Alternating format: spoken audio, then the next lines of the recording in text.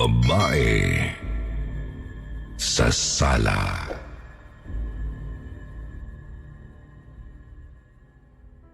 Magandang gabi po sa inyo at sa lahat ng mga nakikinig. Ako po si Venice, hindi tunay na pangalan. Ako po ay 23 taong gulang at kasalukuyang nakatira dito sa New Zealand. Ngunit lumaki po ako sa isang probinsya sa Pilipinas kung kaya't dala-dala ko pa rin ang mga kwentong katatakutan at mga pamahiin ni na Lola. Bata pa lang po ako ay nakakakita na ako ng ibang mga tao na hindi nakikita ng iba. Dumalang lang simula nang nag-migrate kami rito sa ibang bansa noong 2015. Pangalawang lipat na po namin ng bahay noon kasi po lumipat si Papa ng kumpanyang pinapasukan. Bale, 5 lang po kami sa bahay. Si Papa, Mama, ako na panganay at yung 2 ko pang kapatid na sina Maru at Ninyana, 21 at 18 years old. Taong 2021 po nung ito ay nangyari sa akin. Mga 3 buwan na rin po mula noong kami ay lumipat dito sa aming bagong bahay. Nagdo-double job ako dahil wala naman po akong ibang pinagkakaabalahan at sayang din ang extra income. Nagtatrabaho po ako sa Japanese restaurant sa umaga at sa Korean restaurant naman sa gabi. 12:00 na ng hating gabi ako nakakauwi. Dahil na rin po sa sobrang pagod sa trabaho noong gabing yun, umupo muna ako sa couch sa sala namin. Nag-check ng mga messages sa Messenger at mga social media accounts ko. Hanggang sa hindi ko namalayang nakatulog na pala ako sa sala. Ni hindi pa nakakapaligo o kahit hilamos man lang. Nagising ako bigla nang may kumalabit sa akin. Hindi ko maidilat ng maayos ang aking mga mata dahil nakabukas pa ang ilaw sa sala. Naaninag ko ang figura ng isang babaeng nakatayo sa harapan ko. Nakasuot ng bestidang puti at nakatalikod sa akin. Maiksi lang ang kanyang buhok na hanggang balikat. Tapos payat na matangkad ang pangangatawan. Akala ko ang kapatid kong si Ninya yun kasi pareho sila ng itsura pag nakatalikod. Tapos mahilig din siyang magsuot ng duster at pajamang terno. Dahil sa pag-aakalang ang kapatid ko lang yun, hindi ko na lang pinansin ang nasabing babae. Pagtingin ko sa wall clock ay 3:00 na pala. Dumiretso ako sa kwarto upang kumuha ng damit pangpalit at makapaghilamos man lang bago bumalik sa pagtulog. Pero laking gulat ko nang makita ko ang kapatid kong tulog na tulog sa kwarto at nakapajama ng kulay pink. Sir Jupiter, I was so shocked. Inisip ko kung kapatid ko nga ba talaga yung nakita ko. Ang bilis naman niyang nakapagpalit at nakatulog agad. Halos sinusundan ko lang siyang naglakad kanina eh. Hindi ko na po alam kung ano ang gagawin noon. Feeling ko po, tumayo lahat ng buhok ko sa ulo at ang bilis po ng tibok ng puso ko. Imbes na maligo, ay hindi na po ako nakapagpalit pa. Mabilis na lang po akong tumabi sa kapatid ko at nagtalukbong ng kumot. Nang sumunod na araw, naghahanda po ng agahan si Mama. Tinatawanan po ako ni Papa at ng mga kapatid ko kasi bakit naman daw naka-uniform pa ako. Kadiri daw at hindi ako naligo kagabi. Dahil doon, nakwento ko kung ano ang nangyari kagabi. Sinabi kong may gumising nga po sa aking babae sa sala na inakala kong si Ninya, pero hindi naman pala. Hindi po nila ako pinaniwalaan at kinantsawan pa nila ako. Hindi na lang din po ako umimik sa pag-aakalang baka nga panaginip ko lang yon. Baka dala lang din ng sobrang pagod. Nung nakaalis na po ang mga kapatid ko papuntang school, bigla po akong kinausap ni Papa. Sabi niya, babaeng maputi, payat, matangkad, at short hair ba yung nakita mo kagabi? Nagulat po ako dahil nahulaan niya yun. Wala naman po akong sinabing itsura ng babae noong nag-uusap kami sa breakfast table kanina. Sabi rin ni Papa, nakita din daw niya yung babae one time sa sala. Nakatulog din daw siya noon habang naghihintay sa aking makauwi. Sabi rin po ni Mama, minsan daw pag walang tao sa bahay at nagtutupi siya ng mga nilaban sa kwarto, tumatahol daw ang mga aso. Pero kapag tinitignan niya ay wala naman daw tao o bisita na dumating. Meron ding time na parang may dumadaan daw sa likod niya kahit wala naman siyang kasamang iba sa bahay. At tuwing gabi naman, pag pinatay na namin ang mga ilaw lalo sa may sala, pakiramdam ko po ay may nakatingin pa rin sa akin. Pinapanood ako. Hindi po yun nararamdaman o nakikita ng mga kapatid ko. Hindi na lang din po namin pinapansin. Minsan ay ginagawa na lang din po naming biro.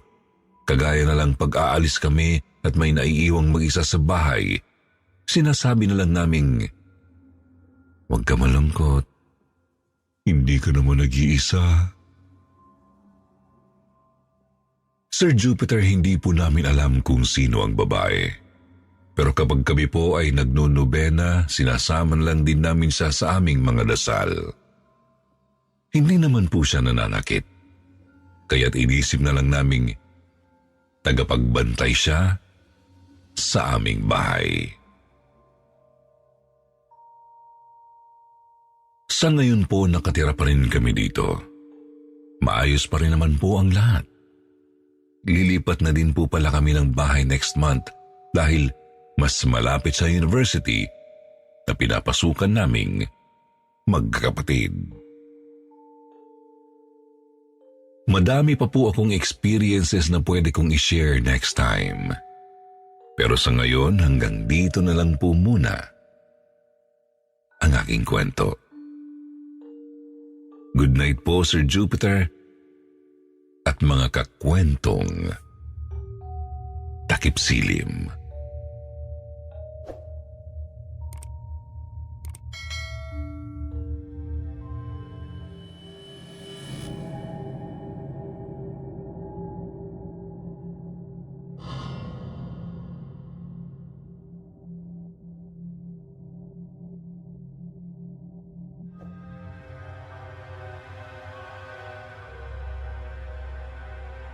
Bahay na maraming multo.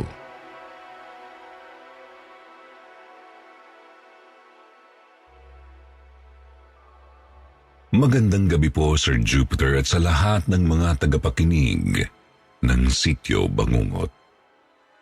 Sana lahat po tayo ay nasa maayos na kalagayan. Itago na lamang po ninyo ako sa pangalang Teresa. Nais ko pong ibahagi sa inyo ang ilan sa mga karanasan ko na tumatak sa aking isipan. Sisimulan ko ito noong 9 na taong gulang pa lang po ako. Mayroon po akong naranasan kakaiba. Ang kapatid ko po na mas matanda sa akin ng 1 taon ay nakakakita din minsan ng hindi pangkaraniwan. At minsan noong bata pa kami ay may naranasan siyang may kinalaman sa akin. Medyo nagtampo po ako noon kay nanay. Hanggang sa gumabi, umasa ako na mapapansin man lang ako ng nanay ko at tignan kung okay lang ba ako.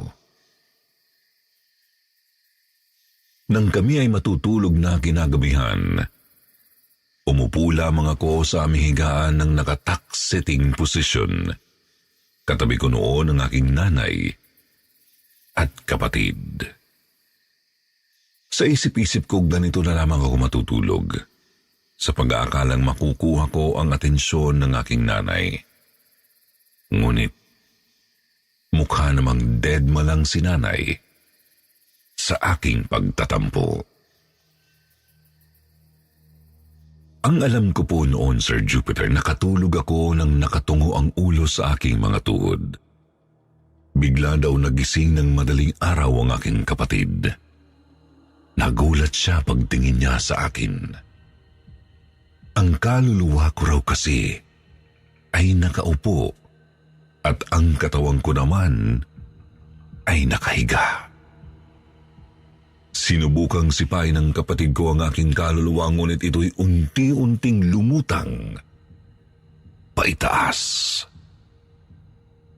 Natakot ako nang malaman ko po ito sa aking kapatid. Napaisip ako, bakit nangyari sa akin ito? Nagdasal po ako at nagsisi. Ayoko nang magtampo ulit ng ganoon upang hindi na maulit pa ang ganoong pangyayari. Kasunod naman na may nangyari sa akin ay noong nagdalaga na po ako. Nagwawalis ako bandang hapon sa ibabang bahagi ng sala noon. May paangat po kasing bahagi ang sala namin, Sir Jupiter. 3 baitang na hagdan mula sa ibaba. Sa bandang kanan ng kinaroroonan ko naman, naroroon ang entrance door ng bahay namin. Katabi nito ay ang kwarto ng tatay ko. Nakita ko po sa gilid ng paningin kong umakyat si tatay sa kwarto niya. Bigla kong naalala, may itatanong nga pala ako sa kanya. Umakyat ako patungong kwarto ni tatay at nagulat ako kasi madilim sa kwarto. Wala si tatay. Maging sa loob ng CR ng silid, wala rin. Ang nakakapagtaka ay konti lang ang awang ng pinto. Hindi ko ito narinig na lumangit-ngit noong makita kong pumasok si tatay sa kanyang kwarto. Kinabahan ako at agad kong hinanap si tatay. Natagpuan ko siya sa CR ng likod bahay namin. Naglilinis siya ng sahig ng banyo. Halos hindi ako makapagsalita sa kabang naramdaman ko. Gusto ko sanang sabihin, "Tay, bakit kayo nandyan? Di ba umakyat kayo sa taas?" Ngunit hindi ko na po yun nagawang sabihin sapagkat naalala kong matatakutin niya pala ang tatay ko. Minsan inantok naman ako ng bandang hapon. Kahit hindi ko naman talaga nakasanayang umidlip tuwing hapon. Pumasok ako sa isa sa kwarto sa likod ng bahay namin. Nandoon ang lola kong inaalagaan ni nanay. Nakahiga na lang palagi si lola. Tatayo lang siya kapag pupunta ng CR na kalapit lamang ng higaan niya. Humiga ako malapit kay lola.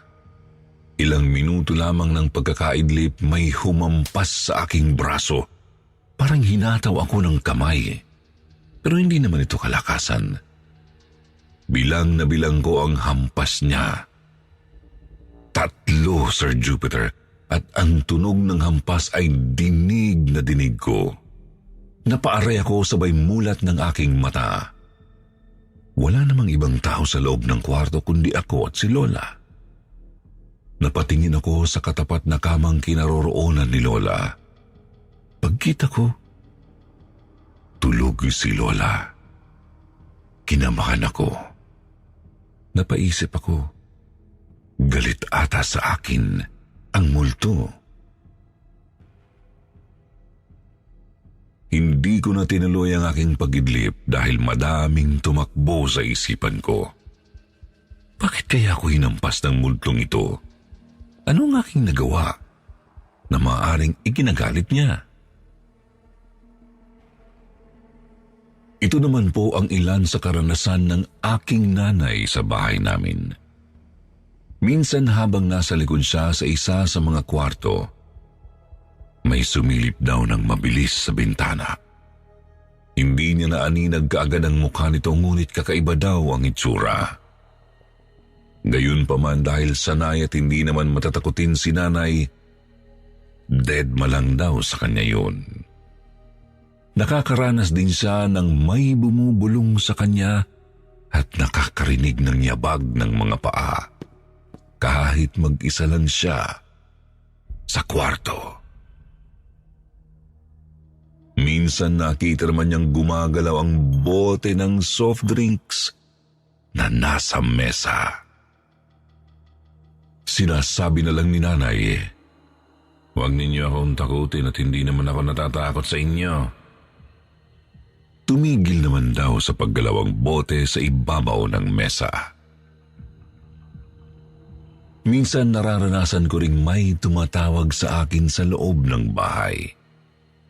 Minsan naman ay mismong sa tapat ng tenga ko. Binubulungan ako ng aking pangalan. Hindi naman ako natatakot kasi akala ko may gumigising lamang sa akin. Lahat po ng nararanasan kong kakaiba ay kadalasang nangyayari sa mga pagkakataon na hindi ko inaasahan. May kaibigan din po ako na nakatira malapit lamang sa amin. May nakita siya sa aming bahay nang dumalaw siya, ngunit wala ako. Saglit siyang nakipag-usap sa pamilya ko. Nang magkita kami, nagtanong siya sa akin kung may bago daw kaming kasambahay. May babae raw kasing nakatayo sa harapan ng ref namin. Nakapulang damit, nakangiti sa kanya at maaliwalas daw ang mukha nito. Pero sinabi kong wala naman kaming bagong kasama sa bahay. Tumayo ang aking balahibo at madadagdagan na naman ang kilabot na nararamdaman ko. Kaya naman sobrang natatakot ako tuwing nag-iisa lamang ako sa bahay namin. Kumakabog ang aking dibdib, Sir Jupiter. Parang anumang oras ay may mararanasan na naman akong kakaiba. Oops, teka. Nahulog yung binabasa ko. Nagugulo na naman tong multo dito. Pinapaalala na mag-subscribe daw kayo. Kung hindi, sa inyo raw siya manggugulo. Kaya kung ako sa inyo, pindutin ninyo na yung subscribe button sa ating channel. Sige kayo. Baka sa inyo na naman siya makipaglaro. Balik tayo sa kwento. Minsan naman, Sir Jupiter, dumating ang mga kaklase ng aking kapatid sa bahay. High school pa sila noon. Isa sa kanila ay itago na lamang natin sa pangalang Nida. Malakas ang third eye ni Nida. Normal sa kanyang nakakakita madalas ng mga multo. Waring mga tao lamang daw na nakakasalubog niya. May mga humihingi daw ng tulong at iba pa. Hindi po siya makapasok kaagad sa bahay namin noon. Hindi daw niya kaya. Ang dami daw multo sa loob ng bahay at lahat ng ito ay masama ang tingin sa kanya. Parang galit na galit at sinasabing umalis na daw si Nida sa bahay namin. may kakaibang kakayahan din siyang basahin ang kapalaran ng isang tao. Halos lahat ng hula niya ay nagkakatotoo.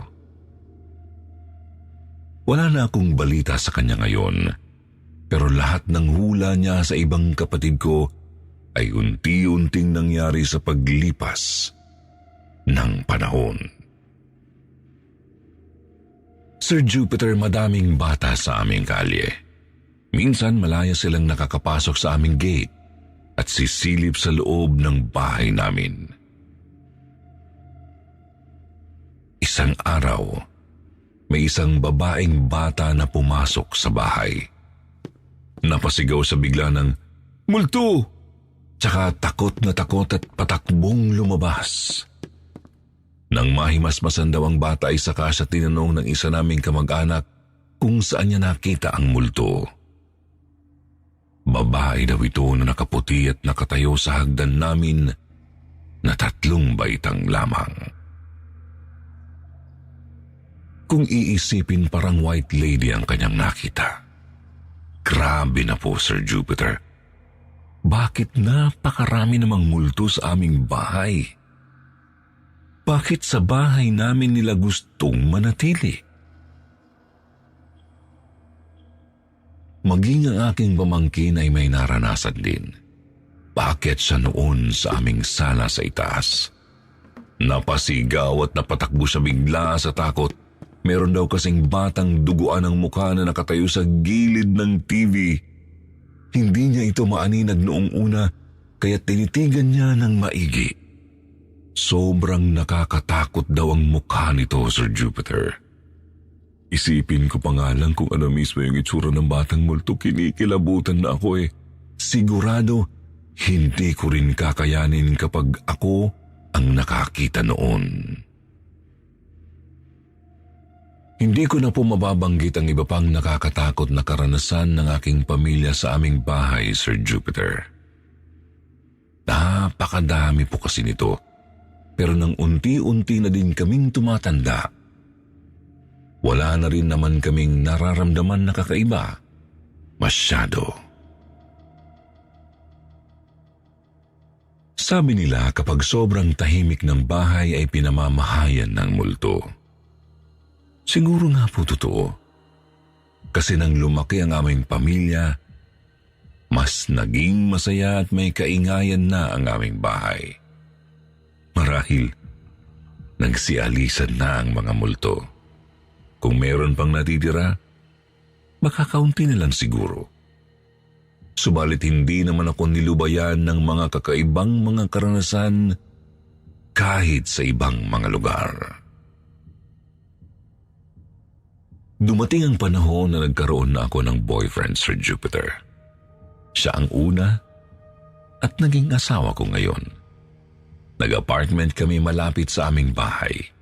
Maliit lamang ito. Minsan sa aming pagtulog ng aking asawa, napamulat ako ng mga mata bandang madaling araw. Medyo kinabahan ako. May aninong itim ng lalaki po kasi na nakatayo sa paanan ng kama namin. Akala ko noon ay totoong tao na nakapasok sa aming kwarto at nagmamasid sa aming pagtulog. Baka kakosaksakin kami kapag sumigaw ako. Sobrang kakabahan na sana ako at gigisingin ko na ang asawa ko. Ngunit bago ko pa man yun magawa, mabilis lumutang pakaliwa ang anino hanggang sa tumagos siya sa bintana at naglaho. Nagtaka ako. Half body lang po kasi siya na anino. Mula ulo hanggang baywang lamang ito.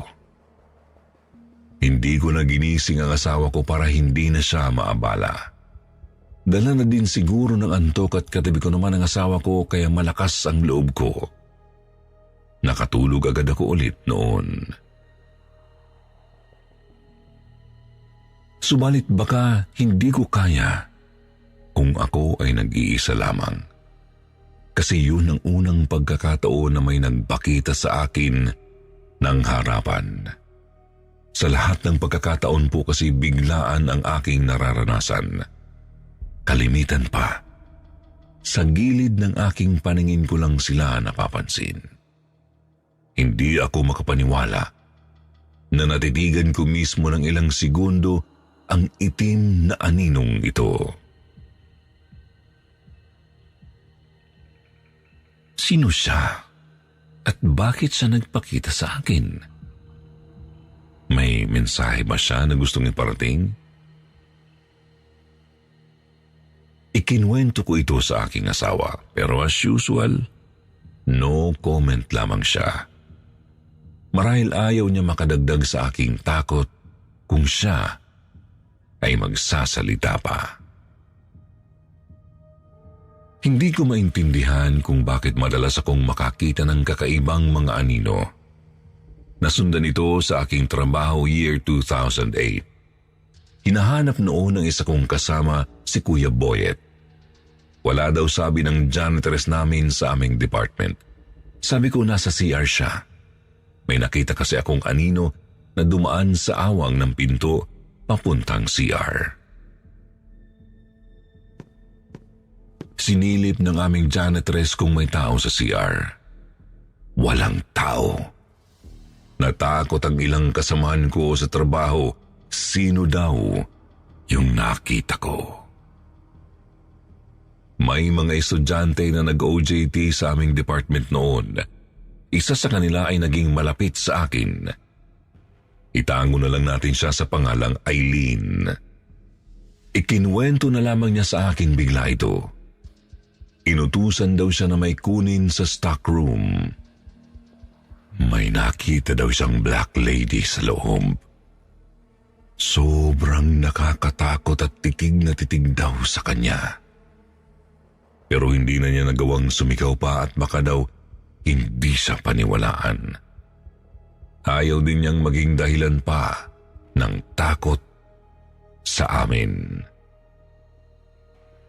Natakot ako sa sinabi ni Eileen, Sir Jupiter, sapagkat madalas akong pumapasok sa stockroom namin. No choice ako. Kahit takot na takot ako, kailangang may kuhanin ako na dokumento sa aming stockroom. Napaisip ako noon na baka ang nakita ni Eileen na black lady ang inakala kong si Kuya Boyet na nakita ko sa awang ng pinto papuntang CR.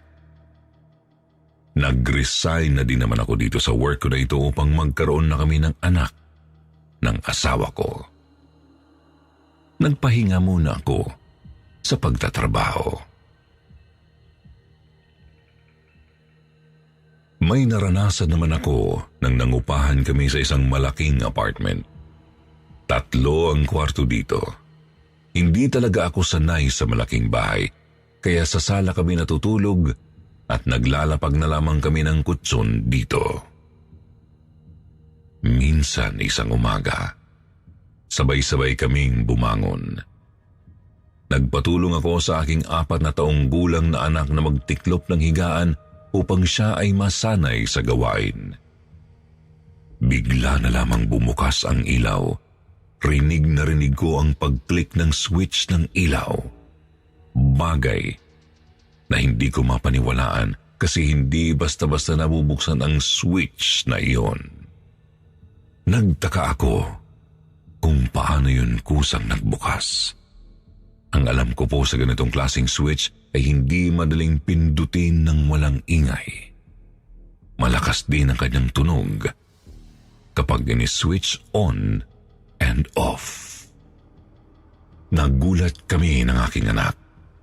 Nagkatinginan kami nang bumukas ang ilaw at sabi ko, "Narinig mo yun, anak? Nag-switch on ang ilaw. Tanungin mo dati mo kung may automatic ba na pinipindot sa likod kaya bumukas ang ilaw." Sa oras po na yun, may inaayos ang aking asawa sa likod, doon sa may kusina. Sabi niya, wala daw automatic switch sa likod iyon. Huwag daw kung ano-ano ang iniisip namin. Ganito ang asawa ko, Sir Jupiter. Ayaw niya, nabubuo pa ng katatakutan sa anumang mararanasan ko nakakaiba. Minsan nagkausap kami ng isa sa mga kapatid ko tungkol sa mga nakikita ko ng mga anino. Palagay niya daw ay dahil may dinadala kami na bigat sa aming loob. Maaaring sama ng loob. Totoo nga po yata, Sir Jupiter. Simula po kasi nang maging mapagpatawad ako, ay wala nang nagpapakita sa akin na anino. Higit doon ay sobrang naging malapit ako sa Diyos. Dahil na rin siguro sa mga pagsubok na pinagdaanan namin ng aking asawa, pinagtibay nito ang aking pagkatao at pananampalataya. Hindi nagtagal nagkaanak kami ng isa pa at nakapundar na kami ng sariling bahay, Sir Jupiter. Tahimik naman sa aming bahay. Hindi naman ito kalakihan. Gaya nga po ng sabi ko kanina, ayoko ng napakalaking bahay. Natatakot ako. Pakiramdam ko ay may multo sa bawat sulok ng bahay. Pero Sir Jupiter, lahat naman daw ng bahay ay may multo. Baka nga, dahil dito sa aming bahay, nakakaranas na naman ako ng may bumubulong sa aking tenga. Ginigising nila ako sa aking pangalan. Salamat naman at ito lang ang kakaibang nararanasan ko sa aming bahay. Nakakatakot pa din isipin. Pero mas mainam na ito kaysa makakita ako ng harap-harapan. Hanggang dito na lamang po, Sir Jupiter. Salamat po sa pagpili ng aking istorya. More power po sa inyong lahat na bumubuo ng Sitio Bangungot. God bless po at magandang gabi sa inyong lahat.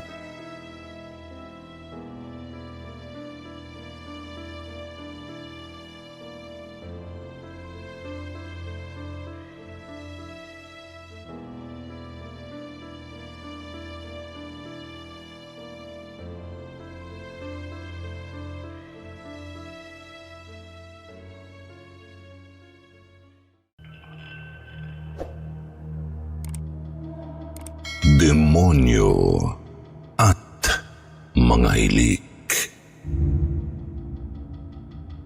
Magandang araw po, Sir Jupiter, at sa lahat ng inyong mga tagapakinig. Ako po ulit ito, si Imelda Aviles ng Negros Occidental. Pangatlong kwento na itong aking ibabahagi. Marami pong salamat sa pagtanggap nyo sa mga nauna kong kwento. Sobrang saya po na ito ay aking mapakinggan. Nangyari ito noong ako ay 7 taong gulang pa lang. Sabado noon, kaya walang pasok. Tanghaling tapat ng maisipan kong umakyat sa puno ng babana o guyabano. May malaking puno ng guyabano sa tapat ng aming bahay, nakatabi ng ilang mga punong matatayog at malaki. Umakyat ako sa puno ng guyabano 12:00 ng tanghali para magpalipas ng oras at doon ay kumanta.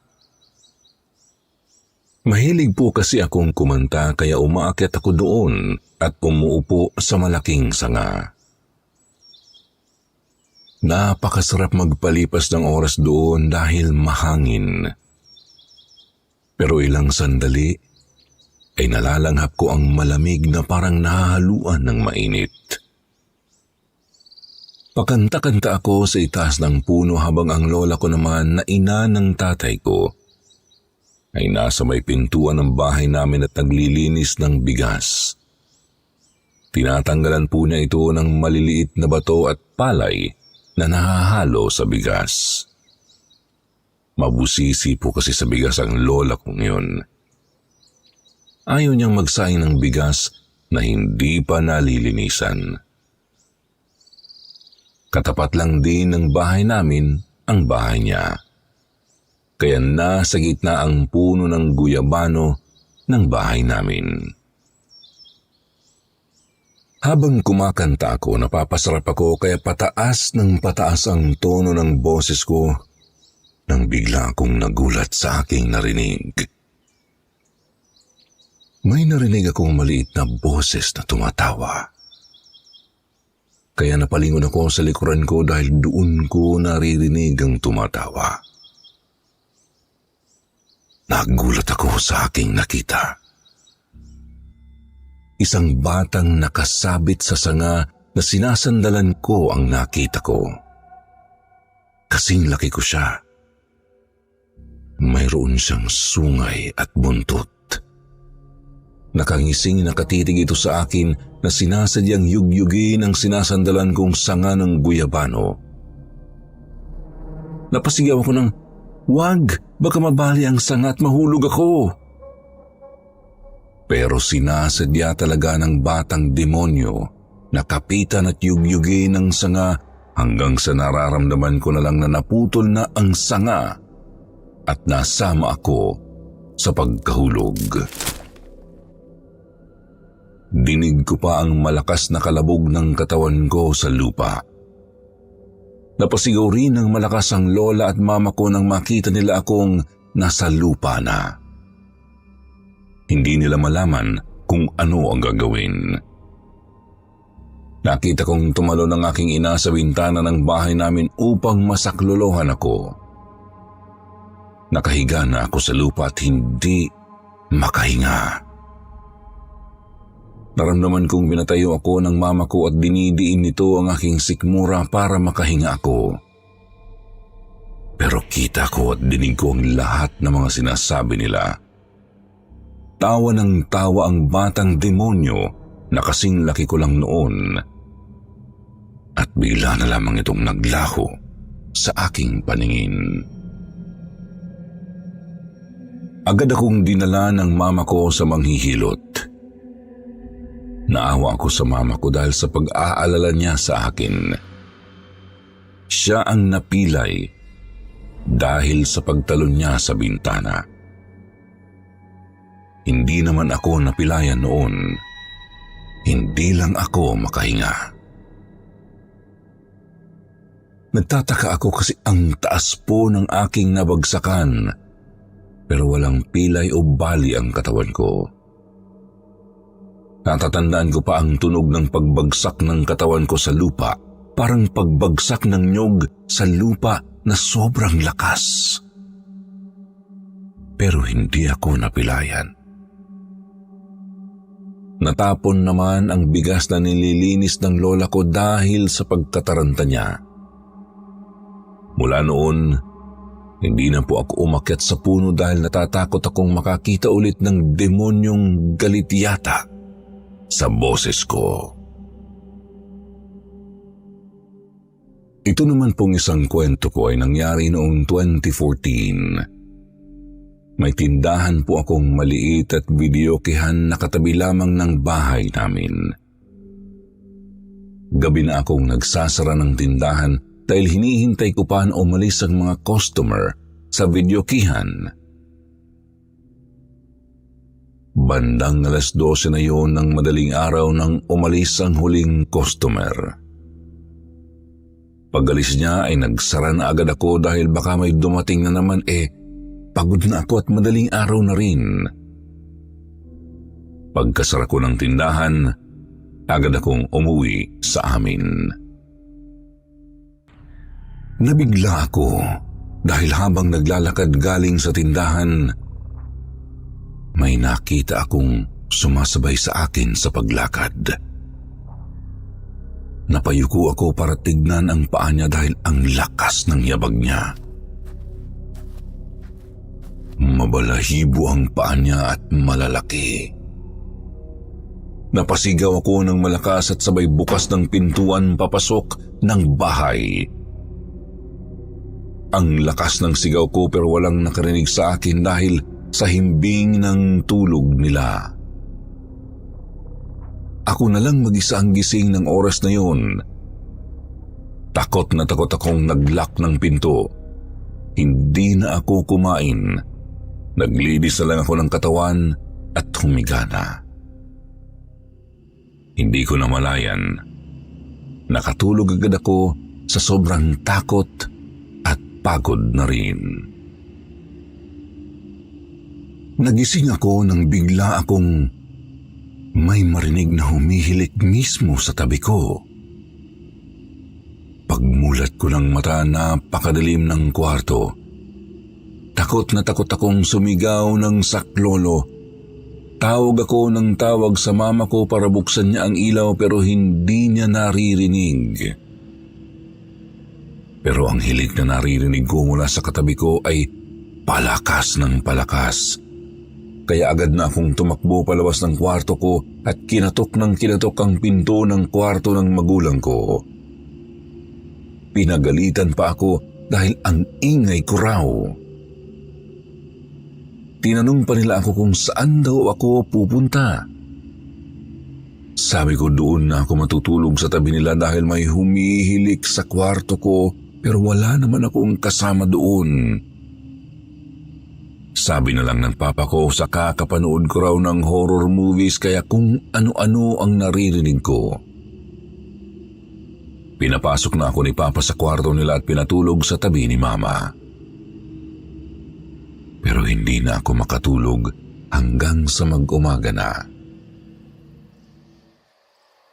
Inaumagahan ikinuwento ko sa kanila ang nangyari pero hindi naman nila ako pinaniwalaan. Isang araw bandang 3:00 ng hapon nagpunta ang mama ko sa banyo. Nakalak daw ang pinto kaya kinatok niya ng kinatok. May sumagot daw sa kanya na boses ng lalaki at sinabing, "Dali lang, di pa ako tapos." Akala ng mama ko ay si Papa ang sumagot sa kanya. Pero dahil ang tagal daw nitong lumabas, sinilid na ni mama sa maliit na butas. Gulat na gulat daw siya dahil ibang tao ang nasa loob ng banyo. Nakapulang t-shirt ito at hindi niya nakita ang muka, kaya napatakbo si mama sa amin. Nanginginig siya. Nang ikwento niya sa amin, agad naming pinuntahan ang banyo at hindi naman nakalakang banyo kahit nakasara yun. Pero walang tao. Kinagabihan, madaling araw na naman ako nakapasok ng bahay. Mga 2:00 na. Kaya agad na akong nahiga sa kama ko. Ngunit nang nakakaidlip pa lang ako ay narinig ko na naman ang hilik na yun. Sa pagkakataong ito ay parang nasa ilalim na ng kama ko. Kaya napasigaw ako ng malakas. Tinawag ko naman sina mama at papa para humingi ng tulong. Mabuti na lang at nagising sila agad. Nagmamadaling pumasok ng kwarto ko si papa.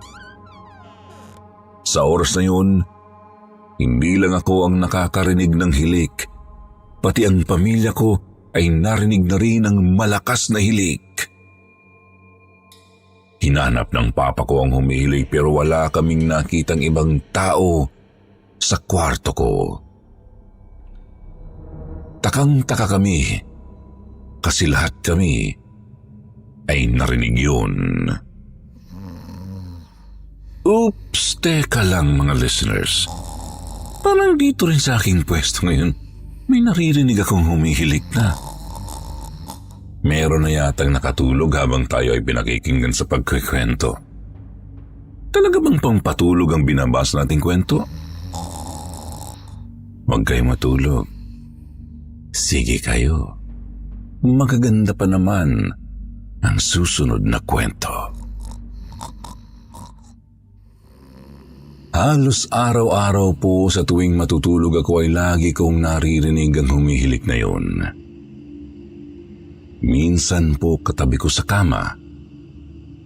Minsan naman nasa ilalim ng kama. Minsan, nasa loob ng banyo. Kaya pag nakakarinig ako ng hilik, agad akong sumisigaw. Hanggang sa umalis na ako sa amin taong 2016 para pumunta sa Saudi. Sa tuwing tumatawag ako sa Pinas, sinasabi nila mama na naririnig pa rin nila ang hilik sa loob ng kwarto ko kahit wala nang natutulog doon. Minsan nakakarinig ako ng hilik kahit nandito na ako sa Saudi. Napagtripan kong kausapin yon, sabi ko, sinundan pa niya talaga ako sa Saudi? Sabi ko pa sa kanya, doon na lang siya sa kwarto ko sa Pinas, hintayin na lang niya akong umuwi doon. Bantayan na lang niya ang kwarto ko. Mga ilang araw ko ring naririnig ang hilik na yun hanggang sa nawala na. Tapos ang sabi ng mama ko, naririnig na naman daw nila uli sa kwarto ko ang hilik tuwing madaling araw. Magpasa hanggang ngayon 2023 na. Hindi ko pa rin alam kung sino ang sumabay sa akin sa pagpasok ko sa bahay na may mabalahibong paa. At sa tingin ko, yun din ang naririnig ko na humihilik na tumatabi pa talaga sa akin sa pagtulog.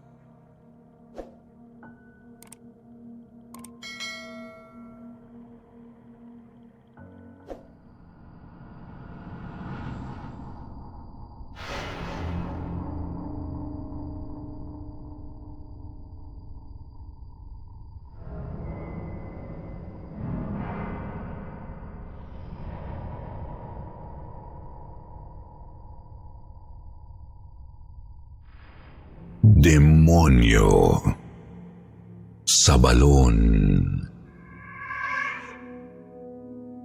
Ako po si Cristel. Lumaki ako sa lola ko. Nasanay na akong bago matulog ay kinikwentuhan ako ni lola. Pero ang mga kwento niya ay mga sariling karanasan na nakakatakot. May third eye po ang lola ko. Dahil sa mga kwento niya, gusto ko na rin sanang magka-third eye pero sabi niya, huwag ko raw pangarapin dahil hindi madali.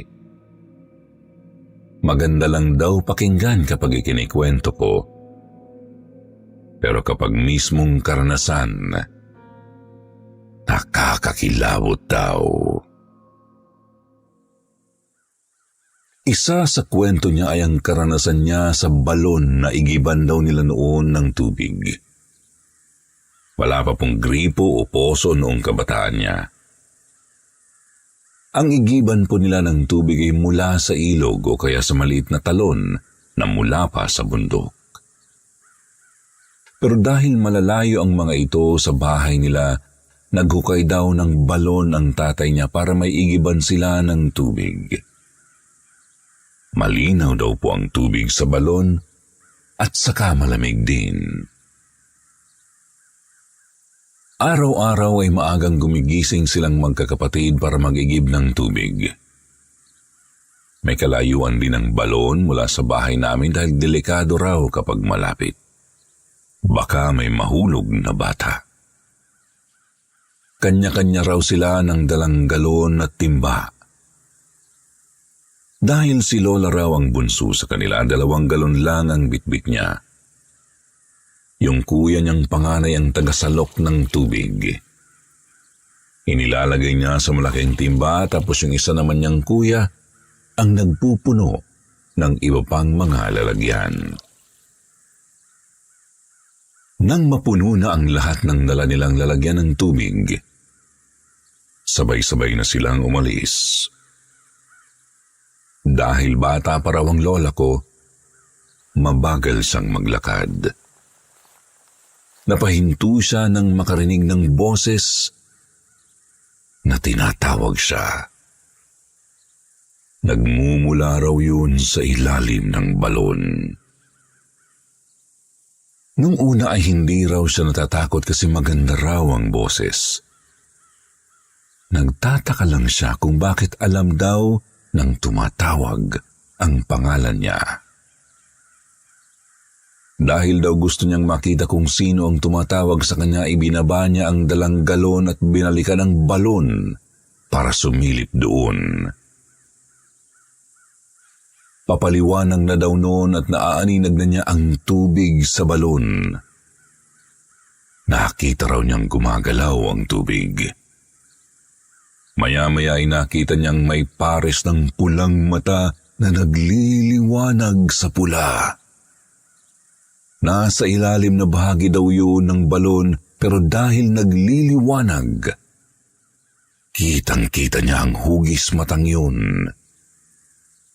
Paulit-ulit daw na tinatawag siya ng boses hanggang sa ang tinig daw ay unti-unting nagiging nakakatakot na. Nagulat siya nang biglang tawagin ang dalawa niyang kapatid, kaya nagmadali daw siyang sumunod na sa mga kuya niya. Bago raw matulog sa gabi, iniisip na ni Lola na ayaw na niyang pumunta sa balon para mag-igib. Pero hindi pwede kasi mapapagalitan siya ng tatay niya. Mabagsik daw po ang tatay niya kaya disiplinado silang magkakapatid. Nang sumunod na umaga, ginising na siya ng mga kuya niya kasi mag-iigib na sila ng tubig. Natatakot na daw siya pero ayaw niyang sabihin sa kuya niya dahil hindi naman siya paniniwalaan. Kagaya ng laging nangyayari, naiiwan na naman siya ng mga kapatid niya dahil mabagal siyang lumakad. Narinig na naman niya ang boses na tumatawag sa kanya. Pero hindi na niya pinansin. Dali-dali siyang naglakad at hinabol ang mga kuya niya. Pero napahinto siya nang biglang makarinig ng tampisaw sa tubig sa balon.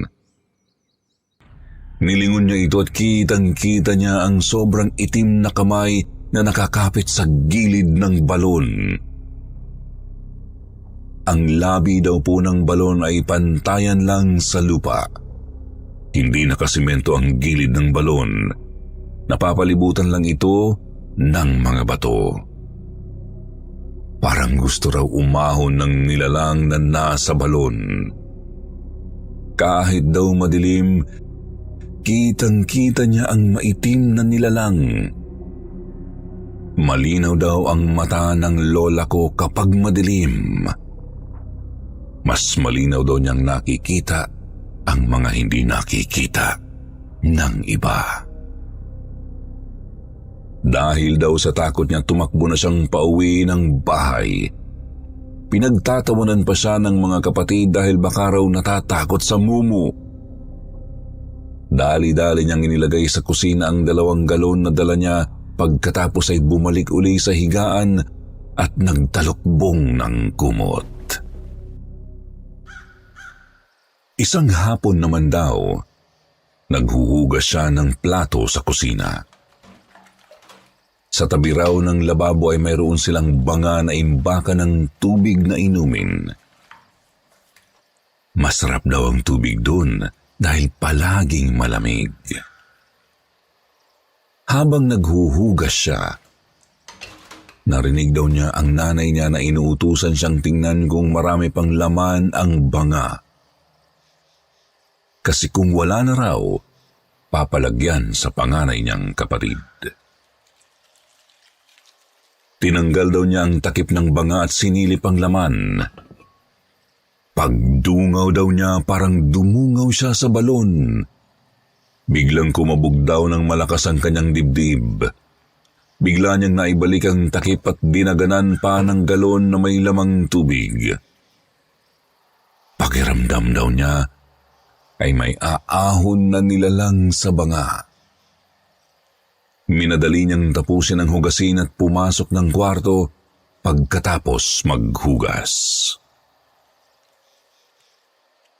Nang pumapasok na raw sila sa eskwela, tuwing Sabado at Linggo na lang sila nag-iigib. Ang tatay daw niya ang nagigib kapag may pasok sila.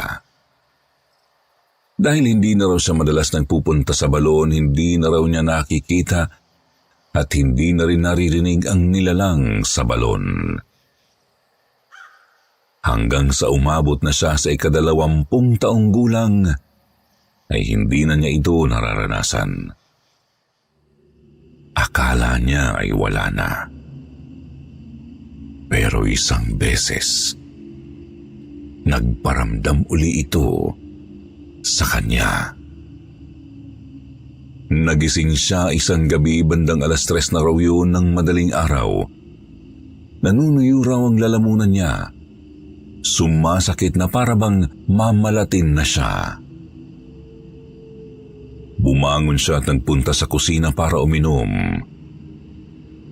Dahil hindi na niya nararanasan ang nilalang sa balon, nawala na rin ang takot niya sa banga. Kumuha siya ng tubig sa banga at uminom. Pagkatapos ay tinakpan na uli ng pinggan na aluminum. Pabalik na siya ng kwarto nang marinig niyang gumagalaw ang takip ng banga. Kumakalansing ito na parabang ginagalaw para mag-ingay.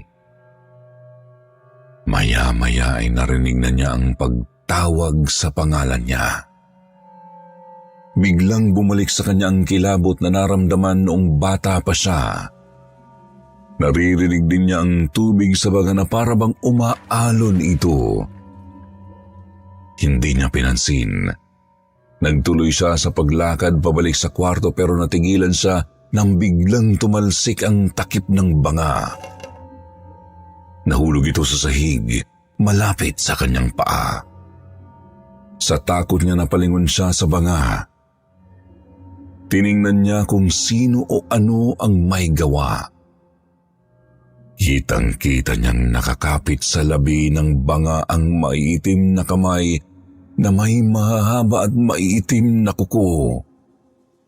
Unti-unti itong lumalabas sa banga. Gumagalaw ang banga. Palakas ng palakas hanggang sa matumba na. Natapon ang tubig at binasa nito ang sahig. Kitang-kita niya rin daw ang unti-unting paglabas ng mahabang sungay. Pagkatapos ay bigla raw tiningnan ang lola ko nang mailabas na ng nilalang na yun ang kanyang ulo. Mapupula ang mata at matutulis ang ngipin at iba't iba ang haba. Tumatawa raw ito ng nakakatakot habang tinatawag siya. Tumakbo raw siya sa kwarto ng magulang niya at kinalampag ang pinto hanggang sa magising ang mga ito. Pero bago pa raw makalabas ng kwarto ang magulang ni Lola, nakaladkad daw siya palabas ng bahay. Hindi daw niya alam kung paano siyang lumusot sa pinto ng bahay kahit nakasarado ito. Hawak daw siya ng demonyo sa paa at kinakaladkad siyang papuntang balon. Sigaw daw siya ng sigaw. Nakita pa niya ang magulang niya na hinahabol siya ng mga ito. Naramdaman na lang daw niya ang sarili niyang nasa balon na at pilit hinahatak ng demonyo papunta sa ilalim. Nasa kalahatian na siya ng lalim ng balon nang may humawak sa braso niya at hinatak siyang pataas. Pinagtulungan siya ng tatay niya at mga kuya niya na maiahon sa balon. Iyak daw siya ng iyak at takot na takot. Dahil doon, nagpapunta raw ng albularyo ang tatay niya para patingnan ang balon. Pero hindi pa raw ito nakakalapit doon ay umatras na. Hindi raw niya kayang ayusin ang problema nila. Malakas na demonyo raw ang nakatira doon. Sabi ng lola ko, kumuha raw ng apartment ang magulang niya sa kabilang bayan at doon sila lumipat. Pinapuntahan daw ng tatay niya sa pastor ang balon. pinadasalan. Pagkatapos ay nagpasya raw ang tatay niya na tabunan na lang uli ang balon para hindi na makaahon ang demonyo mula sa impyernong kinalalagyan niya. Mula raw po noon, hindi na binalikan ng lola ko ang bahay nila sa baryo. Unti-unti ring ibinenta nilang magkakapatid ang lupa nila doon at bumili na lang sa ibang bayan. Natakot na rin daw po ang lola ko sa lahat ng klase ng banga na tuwing makikita niya ang mga ito. Kahit daw ang lalagyan ng tubig, gusto niya mga clear ang kulay. Ayaw niya nang hindi nakikita ang loob. Sobrang trauma ng lola ko sa karanasan niyang yun, pero yun ang nagtulak sa kanya na panghawakan at manalig sa pananampalataya. Anong klaseng demonyo ang naranasan ninyo? Marami niyan sa paligid. Kasama lang natin. Kumapit po tayo ng mahigpit sa aral ng Diyos. Sir Jupiter, 82 years old po nang mamatay ang lola ko. Sobrang lungkot ko nang mawala siya. Pero baon ko ang magaganda niyang kwento. Marami pong salamat sa inyong lahat at God bless po sa inyong channel.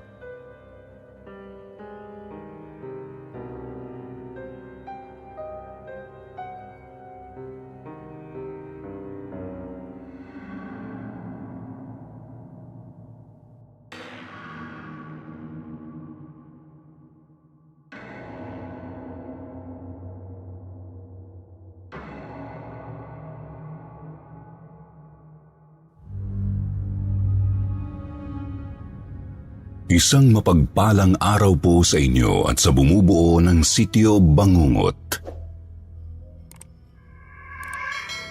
Ako po si Apple Fuentes, isa sa masugid niyong taga-subaybay. Ito pong kwentong aking ibabahagi ay naranasan ko sa kumpanyang aking pinagtatrabahuan. Alam kong pamilyar po kayo sa BPO or Call Center Stories. Nakasanayan na po namin ng aking mga kaibigan na sina DM at RG ang matulog sa sleeping quarters doon sa BPO company kung saan kami nagtatrabaho. Pero itong unang karanasan ko po ay kasama ang kaibigan kong si RG. Kaka-out lang po namin at rest day naman po namin kinabukasan. Dahil kami ay nasa graveyard shift kaya napagdesisyonan namin ni RG na matulog muna sa sleeping quarter. May lakad din kasi kami pagkatapos naming matulog. Pagpasok po namin sa loob ng sleeping quarters, may isang babae na pong natutulog kaya dahan-dahan lang kami sa pagbukas ng pinto gamit ang aming badge card. Doon po sa loob ng kwarto ay may 3 double deck.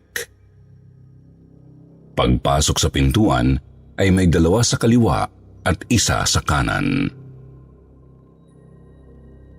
Malaki naman po ang double deck, kaya kung sakaling madaming matutulog, pwede po itong may katabi. Kaya tuwang-tuwa nga po kami dahil sa magkatapat na double deck na solong-solo namin ang kama. Si RG sa ibaba ng double deck na nasa gawing kaliwa, habang ako naman po sa kanan at ibabang bahagi din ang hinigaan ko. Nasa kalagitnaan na po ako ng pagkakatulog nang ako ay managinip. 2 na lang kami ni RG sa loob ng sleeping quarters sa panaginip ko. Sa may bandang paanan namin, may nakita akong isang babaeng nakaitim na damit at parang pangkulto ang suot niya. Natakot ako dahil palapit sa akin ang babae. Dahil sa takot ko, napalingon po ako sa kama na hinihigaan ni RG at pilit ko siyang ginigising ng pabulong. Nagising naman si RG, pero lalo akong binalot ng takot nang makita ko sa ilalim ng hinihigaan ni RG ang isang batang babae na nakakulay puting bestida. Nang akmang lilingunin ko na po ang babaeng nakaitim na papalapit sa akin ay biglang nasa gilid na po siya. Hinawakan niya po ang aking damit sa bandang likuran at maras niya akong hinablot pagkatapos ay inihagis sa sahig na may carpet. Ramdam ko po yung sakit kahit na alam kong ako'y nananaginip lang. Ramdam na ramdam ko ang paghagis niya sa akin. Nung nasa sahig na po ako, di ko po maigalaw ng maayos ang aking katawan. Hinang-hina ako at nanginginig ng dahil sa takot. Pinilit ko pong tumayo para tumabi sa hinihigaan ni RG. Noong makalapit na ako sa kanya, kaagad akong tumabi at humarap sa kanya. Ramdam kong nasa likuran ko pa rin ang babaeng nakaitim. Pinakikiramdaman ko rin yung batang nasa ilalim ng kama. Nararamdaman ko siyang naroon pa rin pero hindi naman kami ginagambala. Dahil sa takot ko at kaba, nagsimula na akong magdasal. Habang nagdadasal ako, naririnig kong ginagaya ako ng babaeng nakaitim. Kung ano ang sinasabi ko, ay yun din ang sinasabi niya. Takot na ako at gusto ko nang magising. Medyo nagdagal po ako sa ganoong sitwasyon. Natatakot ako dahil wala akong kalaban-laban sa kanya, lalo na at sa panaginip niya ako ginambala. Pero sa awa naman po ng Panginoon ay nagising ako. Pagkagising ko, ako po ay hinang-hina. Ang sabi ko pa po kay RG, pagod na pagod ako dahil nanaginip ako ng masama. Kaya pagkatapos po namin sa sleeping quarters, ikinwento ko po sa kanya at DM ang nangyari. Sabi ni DM, minsan na rin daw niyang nakita yung babaeng yun nung sandaling natulog din kami doon. At bukod din po sa akin, madami din po kaming nakausap na katrabaho namin na naranasan din yun. Nang minsan natulog ako ulit sa sleeping quarters, kasama ko naman si DM. Kahit na natatakot ako dahil sa kaantukan ay nagpasa pa rin kami ni DM na matulog kahit saglit lang. Pagpasok po namin ng kwarto, ang bakanting double deck na lang po ay yung nasa gawing kaliwa. Yun ang higaan kung saan nakita ang babaeng nakaitim sa panaginip ko. Pero pinagsawalang bahala ko na lang po at nagdasal na lang po ako bago matulog. Pero hindi pa po ako nahihimbing. May naramdaman akong may kumakalabit sa aking likod. Hindi ko sa pinapansin hanggang sa sumasakit na ang pagkalabit niya. Parang mahaba ang kanyang kuko at bumabaon na sa balat ko. Nakaharap ako noon sa pader kaya hindi ko nakikita ang kumakalabit sa akin. Dahil nasasaktan na ako sa ginagawa niya, bumalikwas ako ng bangon para harapin siya, pero laking gulat ko kasi wala namang tao. Iniisip ko kasi baka isa sa katrabaho namin at baka pinapagising lang kami ng aming team leader. Pero iniisip ko rin na baka yung babae na naman ang gumagambala sa akin.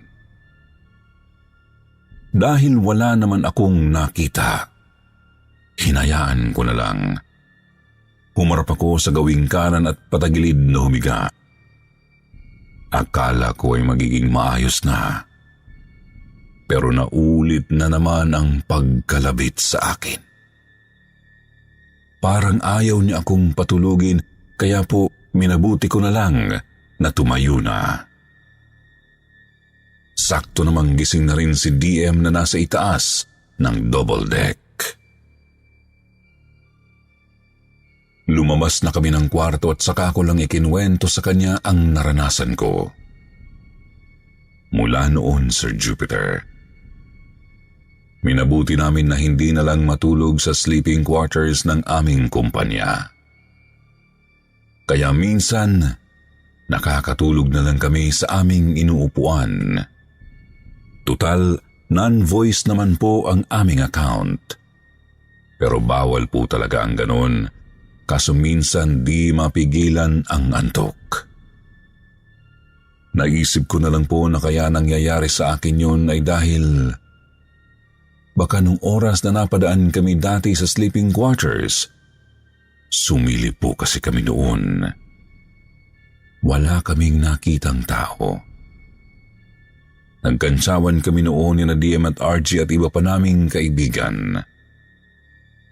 Nagtatanungan kami kung kaya ba naming matulog doon ng mag-isa. Malakas ang loob ko noon na sumagot ng oo. Pero sa totoo lang, hindi naman talaga ako matatakutin. Pero ibang multo po yata ang nakarinig sa sinabi ko ng oras na yun. Kaya ginampala ako at ultimong pagtulog ko doon ay ayaw niya. Kaya mula noon, di na po kami natulog doon. Kapag naaalala ko po ang karanasan na yun ay kinikilabutan pa rin po ako. Ito pong ikikwento ko naman ay karanasan ko sa iba namang BPO company kung saan ako nagtrabaho dati. Ito po ay noong training namin sa isang voice account at graveyard shift din po ako nung panahong yun. 11:00 ng gabi hanggang 8:00 ng umaga ang schedule ko. Kinabukasan ang tapos ng trabaho ko at nangyari po itong karanasan ko tanghaling tapat. Nag-uusap kami ng aking kaibigan na si Chel. Sabi ko sa kanya, "Be, lunch na, lumabas na lahat ng ka-team natin at si Trainer Carlo. Di ka ba lalabas for lunch?" Ako kasi busog pa eh. Kumain kasi ako kanina bago umalis ng bahay. Sumagot siya sa akin. Sabi niya, hindi na rin daw siya kakain dahil nagda-diet siya. Sabi pa niya doon na lang daw kami, total pareho kaming hindi nagugutom. Dahil nagkasundo na nga kami na hindi na lumabas para kumain, nag-browse na lang kami saglit sa internet sa harapan ng PC kung saan kami nakaupo. Ganito po ang setup ng PC namin. Pagpasok mo mula sa pintuan, may dalawang mahabang desk at magkatalikurang PC at upuan. Sa gawing kaliwa naman may mahabang desk din at nakaharap sa pader ang upuan at nakasandal ang PC sa dingding. Ganoon din ang setup ng PC sa gawing kanan. Sa pinakalikuran naman po ay may mahabang lamesa din at ang upuan ay nakaharap sa dingding kung saan nakasandal ang mga PC. Samantalang ang inuupuan namin ni Chel ay sa may gawing gitna, yung magkaharapan na PC at upuan. Pangalawa sa dulo ako nakapwesto at siya naman ay pinakauna sa kabilang dulo. Wala pang 30 minutos ay nakaramdam kami ng kakaibang lamig sa ilalim ng desk. Sa may bandang paanan namin. Nung una, ipinagkibit-balikat na lang namin at nagpatuloy kami sa aming pagbabrowse. Maya-maya ay naramdaman naming may malamig na dumaan sa aming paanan. Yung lamig na di nanggagaling sa air conditioner sa loob ng training room. Kaya sa pangalawang beses na naulit yun, nagkatinginan kami ni Chell. Bago pa ako nagsalita ay sinabi na niyang, "Be, may naramdaman ka din ba?" Sumagot naman ako ng, "Yan nga din ang tatanungin ko sa'yo, Be. Daunahan mo lang ako.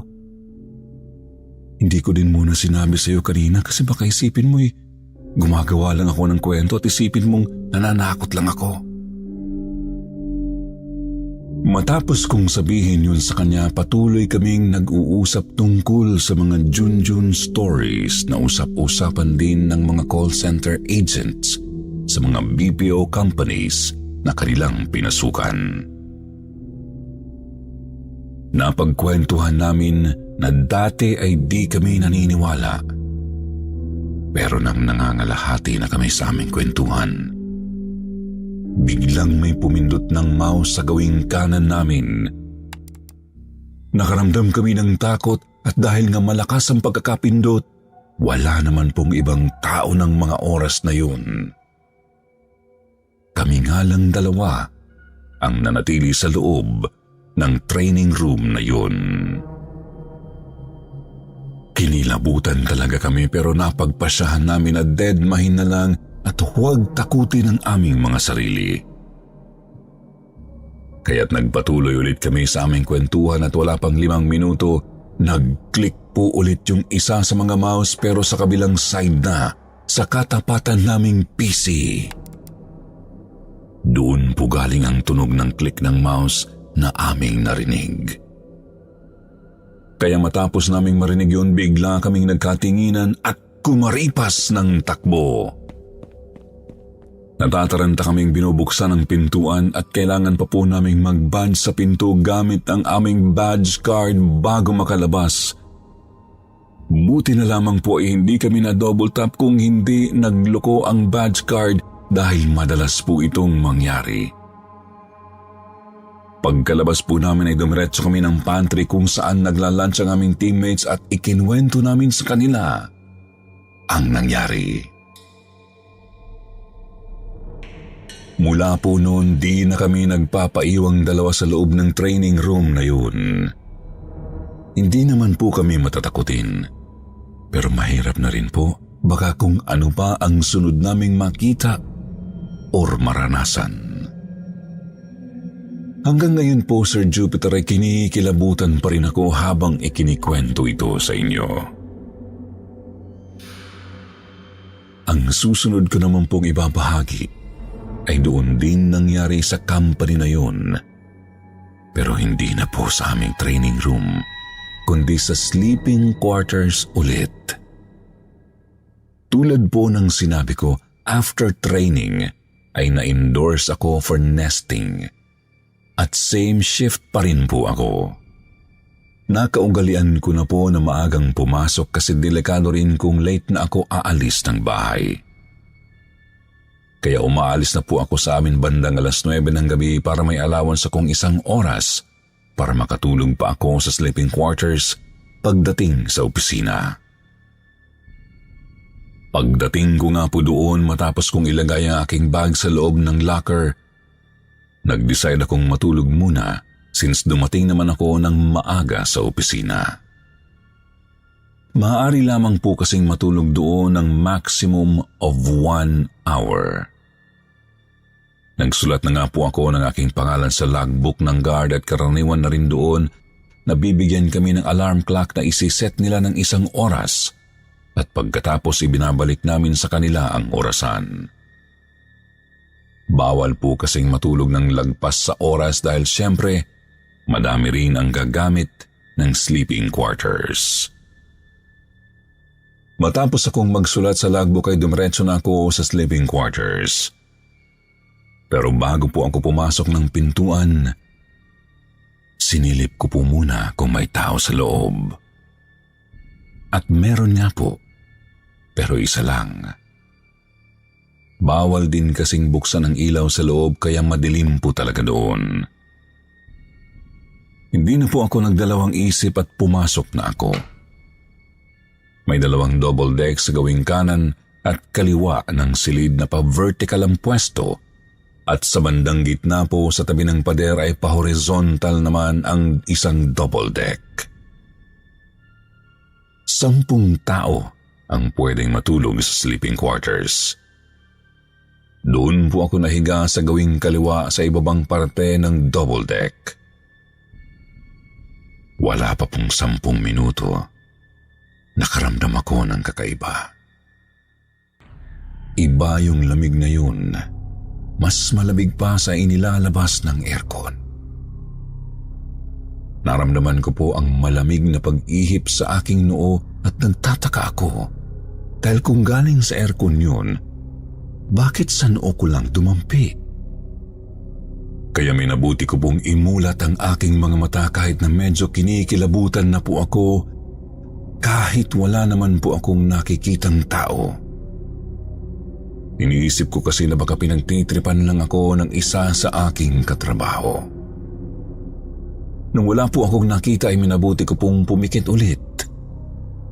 Dahil alam ko pong tumatakbo yung oras na pwede lang akong manatili sa loob. Ngunit naulit po yun, Sir Jupiter. May umihip po muli sa aking noo kaya doon na po ako napatayo at isinuot ko na po ang aking sapatos. Dahil madilim sa loob ng sleeping quarter, nakaramdam din ako ng takot kahit na wala sa personalidad ko ang pagiging matatakutin. At nang matapos ko pong maisuot ang aking sapatos, ay tumingin po ako sa gawing dulo ng silid kung saan may natutulog na bago ako pumasok. Pero nang tingnan ko, wala na palang natutulog doon at mag-isa na lamang ako sa loob ng sleeping quarter. Kaya mabilis po akong lumabas ng silid na yon dahil kinikilabutan na po talaga ako at nawala na rin bigla ang aking antok. Lumipas po ang ilang araw, di po muna ako natulog sa sleeping quarters dahil nga baka maulit po ang nangyari. 4 na araw ang pinalipas ko bago ko napagpasyahan na matulog ulit doon dahil sobrang aga kong dumating ng opisina at alam kong pagdating ng oras ng aking shift ay aantukin na naman ako. Kaya pagdating ko po ay pumunta agad ako sa aking locker at nilagay ang bag at matapos yun ay nagsulat na ako sa logbook ng guard at dumiretso sa loob ng sleeping quarters. Nung nasa loob na po ako, walang tao. Hindi ko na po kasi naisip na sumilip muna sa see-through na salamin ng pinto. Kaya pagkapasok ko sa loob, lumingali nga ako. Wala po talagang tao sa loob at ako lang mag-isa. Naisip ko medyo maaga pa kasi ang 8:00 ng gabi. Kadalasan kasi mga 10:00 ng gabi, may marami nang natutulog sa sleeping quarters. Medyo nakaramdam ako ng kaunting takot. Kasi nga ako lang mag-isa. Pero isinawalang bahala ko na lang po ang takot at nahiga sa gawing kanan ng double deck sa may tapat ng pintuan. May 20 minuto na po akong nakakaidlip nang mangyari ulit yung pag-ihip ng malamig na hangin sa aking noo. Mas malamig at mas malakas na po ang pag-ihip na yon. Hindi ko po alam kung bakit ganun sa tuwing matutulog ako doon ay nangyayari ang bagay na yun. Iniisip ko baka pinagtitripan ako ng multo dahil alam niyang di ako takot at kayang-kaya kong matulog ng mag-isa doon sa loob. Nakaramdam ako ng kilabot. Pero isinawalang bahala ko pa rin kasi inaantok talaga ako at naputol ang pagkakaidlip ko kaya ipinikit ko na lang ulit ang mga mata ko. Pero ganoon ulit ang nangyari. May umihip ulit sa aking noo at parang ginigising ako. Nang sandaling yun, tinatawag na ang aking pangalan. Napabalikwas po ako nang marinig yun. Isinuot ko na po ulit ang aking sapatos at dali-daling lumabas ng silid. At mula po noon, hindi na po ako muling natulog sa sleeping quarters dahil pakiramdam ko ay ayaw akong patulugin ng kung sino mang namamalagi doon. Pagkalabas ko ng sandaling yun, ipinagdasal ko na lang ang kung sino man ang naninirahan doon. Sa mga natutulog sa sleeping quarters kagaya ko, kinikilabutan din ba kayo? Ano ang inyong karanasan habang kayo ay nagpapahinga doon? Naniniwala na ako na hindi lang tayo ang naninirahan sa mundong ito. Maraming salamat po muli Sir Jupiter at more power po sa inyong channel. God bless po sa inyo at sa lahat ng bumubuo ng Sityo Bangungot.